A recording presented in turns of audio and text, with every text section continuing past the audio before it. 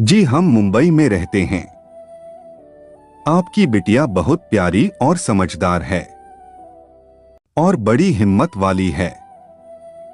कुंवर नयन ने कहा। जी आपने सही कहा, मेरी बेटी बहुत हिम्मत वाली है। पिता के मरने के बाद घर को हमको इसी ने संभाला है। दोनों भाइयों को उनकी ट्रेनिंग के लिए इसी ने भेजा है और खुद अपने पिता की जगह जॉब कर रही है। श्रीमती राव ने भी अपनी बेटी की तारीफ की।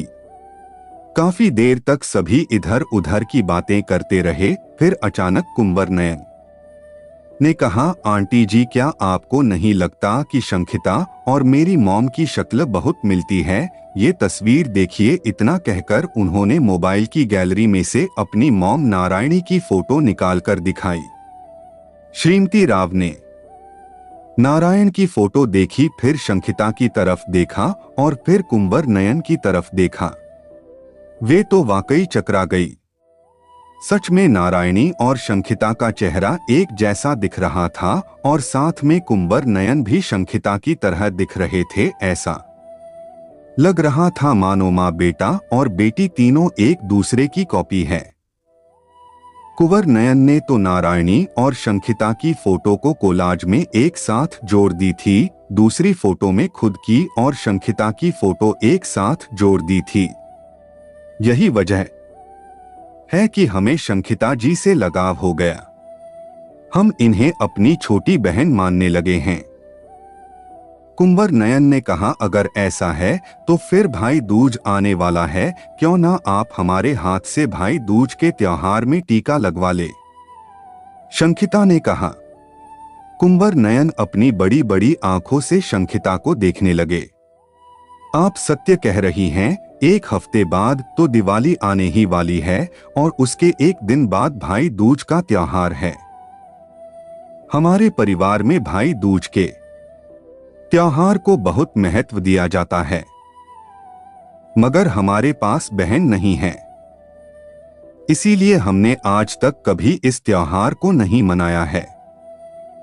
कुंवर नयन ने उदास होकर कहा, तो फिर रुक जाइए, दिवाली भी मना लीजिए हमारे साथ और भाई दूज भी, हमें भी बड़ी खुशी होगी आपके साथ भाई दूज का त्योहार मनाकर, क्योंकि हमारे दोनों भाई यहाँ पर नहीं हैं, अपनी अपनी ट्रेनिंग में हैं और उन्हें छुट्टी भी नहीं मिल सकती, वे आ भी नहीं पाएंगे। शंखिता ने कहा। फिर वह अपनी मां की तरफ मुड़ी और बोली, मॉम आपको तो कोई एतराज नहीं है? अगर भैया यहाँ पर रुककर भाई दूज का त्योहार मना ले? नहीं बेटा, तुम्हारी खुशी में ही मेरी खुशी है, मुझे कोई एतराज नहीं है, श्रीमती राव ने कहा। ये कहकर शंखिता ने खुश होते हुए दोनों हाथों से तालियां बजाना शुरू कर दिया। शंखिता को इस तरह से खुश होते हुए देखकर दोनों हंसने लगे। काफी सारी बातें करने और कॉफी पीने के बाद वे सभी वहां से उठे और कुंवर नयन ने जाने की इजाजत मांगी और बोले, दिवाली के दिन सुबह ही हम आपके पास आ जाएंगे। आपको कोई एतराज तो नहीं है आंटी जी? नहीं बेटा, हमें कोई एतराज नहीं है, आप आ जाना। आपके पास शंखिता का फोन नंबर तो होगा ना? आने से पहले फोन कर देना, आपको घर का पता बता देंगे, श्रीमती राव ने कहा। तीनों पार्किंग तक आए। वहां से कुंवर नयन उज्जैन के लिए निकल गए और मां बेटी अपने घर वापस आ गए। शंखिता मन ही मन खुश हो रही थी, वह नयन के साथ दिवाली भी मन आएगी और भाई दूज का त्योहार भी। कुंवर आदित्य प्रताप अपने ऑफिस में बैठे काम कर रहे थे कि तभी रिसेप्शन से फोन आया कि कोई प्रिंसेस मालिनी आपसे मिलकर बात करना चाहती हैं। कुंवर आदित्य प्रताप हैरान रह गए, जिससे बचकर वे यहाँ आए थे। वे यहीं पर पहुंच गई। वह अनमने मन से उठे और रिसेप्शन पर आ गए। मालिनी उन्हें देखते ही आगे आई और उनके गले लग गई। कुंवर आदित्य प्रताप कुछ नहीं कर सके। कैसे हैं कुंवर साहब? मालिनी ने उनकी बाह पकड़ते हुए कहा। हम ठीक है, आप कैसी है? इतना कहकर उन्होंने अपने आप को मालिनी की पकड़ से आजाद किया और दूर खड़े हो गए। कैसे आना हुआ? कुंवर आदित्य प्रताप ने फिर पूछा। आपसे मिलने आए हैं। स्वर्णगढ़ी रियासत में आपको नहीं देखा तो रानी माँ से पूछ लिया कि आप कहाँ पर है। उन्होंने बताया कि आप इंदौर में हैं, इसलिए हम आपसे मिलने यहाँ चले आए हैं। मालिनी ने कुंवर आदित्य प्रताप को देखते हुए कहा, आइए हमारे साथ। इतना कहकर उसे अपने साथ अपने ऑफिस में ले आए। बैठिए कहकर उन्होंने कुर्सी की तरफ इशारा किया। मालिनी कुर्सी सरकाकर बैठ गई। कुंवर आदित्य प्रताप अपने रिवॉल्विंग चेयर पर बैठ गए। कुछ देर बातें करने और चाय पीने के बाद मालिनी ने कहा, कुंवर साहब, हम सफर करके थक गए हैं, हम आराम करना चाहते हैं। ठीक है, आप आराम करिए। आप कहाँ ठहरी हैं? कुंवर आदित्य प्रताप ने पूछा।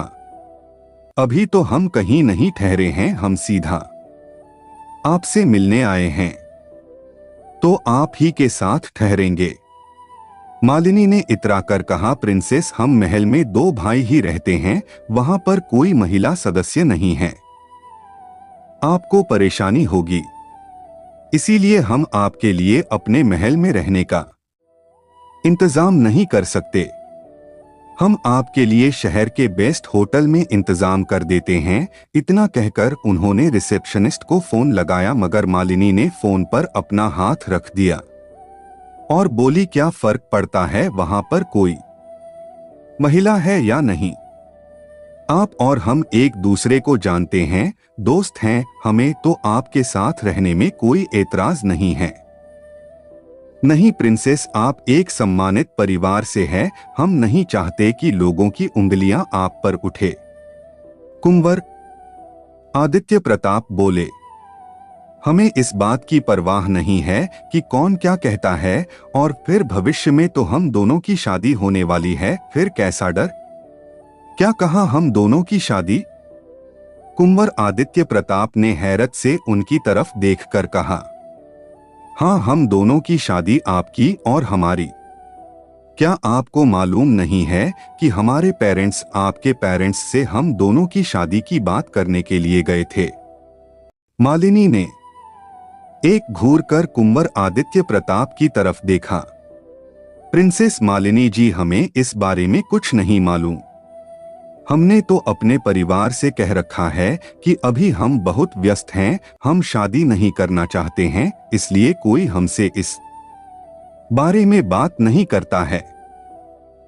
कोई बात नहीं, आप शादी अभी मत करिए, लेकिन हम एंगेजमेंट तो कर ही सकते हैं। मालिनी ने कहा, नहीं प्रिंसेस मालिनी, अभी हम कुछ भी नहीं करेंगे। हमारा तो शादी का इरादा ही नहीं है। हम कब करेंगे, कैसे करेंगे, यह फैसला हम करेंगे, कोई और नहीं करेगा। आप हमारी दोस्त हैं और दोस्त की तरह रहेंगे। फिलहाल हम आपके रहने का इंतजाम अच्छे से होटल में कर देते हैं। कुंवर आदित्य प्रताप बोले, कुंवर साहब, हम आपको बहुत पसंद करते हैं। हम आपके बिना नहीं रह सकते हैं, हम आपको चाहने लगे हैं। आप ऐसा मत कहिए कि आप शादी नहीं करना चाहते हैं। मालिनी ने अपने चेहरे पर मायूसी लाते हुए कहा, प्रिंसेस, हम आपकी भावनाओं की कदर करते हैं, परंतु हम आपसे शादी नहीं कर सकते हैं। आपसे तो क्या, किसी से भी करने का इरादा नहीं है। अभी हम बहुत व्यस्त हैं, हमें बहुत सारे प्रोजेक्ट पर ध्यान देना है, जिसमें काफी समय लग सकता है। अगर हम प्यार व्यार और शादी की तरफ ध्यान देंगे तो अपने प्रोजेक्ट की तरफ पूरी तरह से ध्यान नहीं दे पाएंगे। इसीलिए हम आपसे प्रार्थना करते हैं कि कृपया आप अपने लिए अपने योग्य अन्य कोई वर देखें और शादी कर ले। आप मृगतृष्णा के पीछे ना भागे। कुंवर आदित्य प्रताप ने कहा और फोन पर रिसेप्शनिस्ट से कहा कि शहर के बेस्ट होटल में एक स्वीट रूम बुक करें अभी। यह सुनते ही मालिनी एकदम से खड़ी हो गई और बोली, अगर हम ठहरेंगे तो आपके पास, वरना कहीं नहीं। सॉरी प्रिंसेस, आप हमारे साथ नहीं रह सकती। बाकी आपकी मर्जी है। इतना कहकर कुंवर आदित्य प्रताप भी खड़े हो गए। मालिनी ने गुस्से भरी नजर से कुंवर आदित्य प्रताप की तरफ देखा और टेबल से अपना हैंडबैग उठाती हुई बाहर निकल दरवाजे को जोर से बंद कर दिया। कुंवर आदित्य प्रताप उसको जाते हुए घूर कर देखते रह गए। हमें शादी के लिए इनकार करके आपने अच्छा नहीं किया कुंवर आदित्य प्रताप सिंह, इसका खामियाजा आपको भुगतना पड़ेगा। मालिनी मन ही मन कुंवर आदित्य प्रताप को ढेर सारी गालियां देते हुए पार्किंग में आई और अपनी कार में बैठकर ड्राइवर को बेस्ट होटल रूम ढूंढने को कह दिया। यस मैम कहकर ड्राइवर ने कार स्टार्ट कर आगे बढ़ा दी। अगले दिन शंखिता तैयार होकर ऑफिस जाने के लिए निकली और कुछ ही देर में ऑफिस पहुंच गई। रिसेप्शन पर पहुंचकर उसने अपनी अटेंडेंस लगाई और अपने केबिन में पहुंचकर अपनी लैपटॉप खोलकर चेक करने लगी। उसे नहीं मालूम था कि काम कहां से शुरू किया जाए, फिलहाल इसलिए वह अपने अकाउंट मैनेजर का इंतजार करने लगी। जब ऑफिस के लोगों ने देखा कि शंखिता वहां पर बैठी अपना लैपटॉप में बिजी है तो सबको अच्छा लगा और वे उसके पास लाकर उसे ग्रीट करने लगे। शंखिता का व्यवहार कलीग्स के प्रति बहुत अच्छा था, इसीलिए जिसने भी सुना कि उसने जॉब छोड़ दिया सबको बुरा लगा था। वे उसे बहुत मिस कर रहे थे और आज जब सामने देखा तो खुशी जाहिर करने उसके पास चले आए। Hey beautiful, how are you कहते हुए कुमार अंशुल प्रताप भी वहां पहुंच गए। Nice to see you in your cabin, I hope I would enjoy lunch with you. इतना कहकर कुंवर अंशुल ने अपना हाथ आगे बढ़ाकर उसका हाथ पकड़ हेलो करने लगे। भुक्कड़ कहीं के, हमारा हाथ छोड़ो और अपनी हद में रहो। खबरदार, जो आज के बाद हमारा नाम ब्यूटीफुल बोला तो हम शंखिता राव हैं, हमें इसी नाम से पुकारा जाए, समझे आप। इतना कहकर शंखिता ने कुंवर अंशुल प्रताप का हाथ झटक दिया। हाय मर गया कहकर कुंवर अंशुल प्रताप ने अपना हाथ पकड़ लिया। कुंवर अंशुल प्रताप को इस तरह से हाथ पकड़कर झुकते हुए देखा तो शंखिता डर गई। उसे लगा शायद उसने जोर से कुंवर अंशुल प्रताप का हाथ झटक दिया है।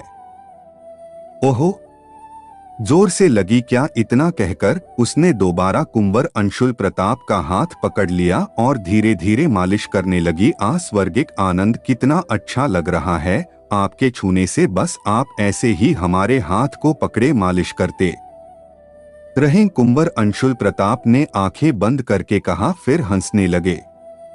जब शंखिता ने देखा कि कुंवर अंशुल प्रताप ने ड्रामा किया है हाथ दर्द होने का, तो उसने उनका हाथ बुरी तरह से मरोड़ दिया। इस बार तो कुंवर अंशुल प्रताप सचमुच दर्द से चिल्ला ही उठे थे। ऑफिस के अन्य कलीग्स कुंवर अंशुल प्रताप को इस तरह देखकर हंस रहे थे। सभी को मालूम था कि वे बड़े नटखट हैं और कुंवर आदित्य प्रताप के छोटे चचेरे भाई हैं। सिर्फ शंखिता को ही नहीं मालूम था कि वे कौन हैं, क्योंकि पहले दिन ही एम्प्लॉय के रूप में नजर आ गए थे और किसी को भी बताने से मना कर दिया था। शंखिता को बिल्कुल भी पसंद नहीं था कि कोई भी उसके साथ इस तरह का मजाक करे। What's going on here? एक गंभीर और कड़क आवाज सुनकर सभी लोग एकदम से वहां से तितर बितर हो गए। शंखिता ने आवाज की तरफ अपनी नजरें उठाकर देखा तो सामने कुंवर आदित्य प्रताप खड़े थे। ये लड़का हमारे साथ बदतमीजी कर रहा था। इतना कहकर शंखिता ने कुंवर अंशुल प्रताप की तरफ देखकर इशारा किया तो वह शॉक्ड रह गई। वहां पर कुंवर अंशुल प्रताप थे ही नहीं, पता नहीं कब वहां से गायब हो गए। किसकी बात कर रही है आप? कौन आपके साथ बदतमीजी कर रहा है? कुंवर आदित्य प्रताप ने गंभीर स्वर में पूछा। अब शंखिता चुप रह गई क्योंकि आसपास कोई नहीं था तो वह क्या कहती। उसने चारों तरफ निगाहें दौड़ाई, सभी अपनी अपनी सीट पर जाकर बैठ गए थे और सिर झुकाकर अपनी टेबल पर कोई लैपटॉप देख रहा था तो कोई फाइल के पन्ने पलट रहा था और कुंवर अंशुल प्रताप तो गधे के सिर से सींग की तरह गायब हो गए थे। कहिए आपको कौन परेशान कर रहा है? कुंवर आदित्य प्रताप दोबारा बोले। कोई नहीं, शंखिता ने धीरे से कहा और लैपटॉप की तरफ देखने लगी। यह ऑफिस है, कोई सब्जी मंडी नहीं है। ऑफिस का डेकोरम मेंटेन रखा जाए। आज के बाद इस तरह की कोई बदतमीजी या शोरगुल नहीं होना चाहिए यहाँ पर। कुंवर आदित्य प्रताप ने जोर से सबको सुनाते हुए कहा और अपने ऑफिस की तरफ बढ़ गए। जैसे ही कुंवर आदित्य प्रताप अपने ऑफिस के अंदर घुसे वैसे ही कुंवर अंशुल प्रताप सामने वाले कलीग्स की टेबल के नीचे से निकले और शंखिता को चिढ़ाते हुए वहां से भाग गए। शंखिता उन्हें घूर कर देखती रह गई। मैम, आपको सीईओ सर बुला रहे हैं। चपरासी ने आकर शंखिता से कहा, तुम चलो हम आते हैं। इतना कहकर शंखिता ने अपना लैपटॉप बंद किया और सीईओ के ऑफिस में जाने के लिए खड़ी हो गई। अब ना जाने कौन सा इल्जाम लगाएगा, खड़ूस कहीं का, बड़बड़ाते हुए कुंवर आदित्य प्रताप के ऑफिस की तरफ बढ़ गई। दरवाजे पर नॉक नॉक की आवाज सुनकर कुंवर आदित्य प्रताप ने ऊपर देखा, फिर सिर हिलाकर अंदर आने का इशारा किया। बैठिए। कुंवर आदित्य प्रताप ने शंखिता को कुर्सी पर बैठने का इशारा किया। थैंक्स, इतना कहकर वह बैठ गई। उनकी उसकी बगल में सीनियर मैनेजर और प्रोजेक्ट मैनेजर और अकाउंट मैनेजर भी बैठे हुए थे। तो फिर क्या कहना है आप लोगों का? कुंवर आदित्य प्रताप ने बाकी बैठे हुए मैनेजर से पूछा। सर, मेरे हिसाब से तो इन्हें अकाउंट डिवीजन में ही रहने दीजिए, इन्होंने सारा काम संभाल रखा था तो इन्हें उसकी ज्यादा जानकारी है, अकाउंट मैनेजर ने कहा। ओहो, तो हमें किसी दूसरे डिपार्टमेंट में ट्रांसफर करने की बात चल रही है। शंखिता ने मन ही मन सोचा, लेकिन हम इन्हें प्रोजेक्ट डिपार्टमेंट में लेना चाहते हैं क्योंकि हम कुछ नए प्रोजेक्ट शुरू कर रहे हैं। तो जैसे कि आप लोगों के हिसाब से यह लड़की काम बड़ी जिम्मेदारी के साथ करती है तो हमें ऐसी ही लड़की की जरूरत है। इसलिए हम चाहते हैं कि यह प्रोजेक्ट डिपार्टमेंट में चली जाए।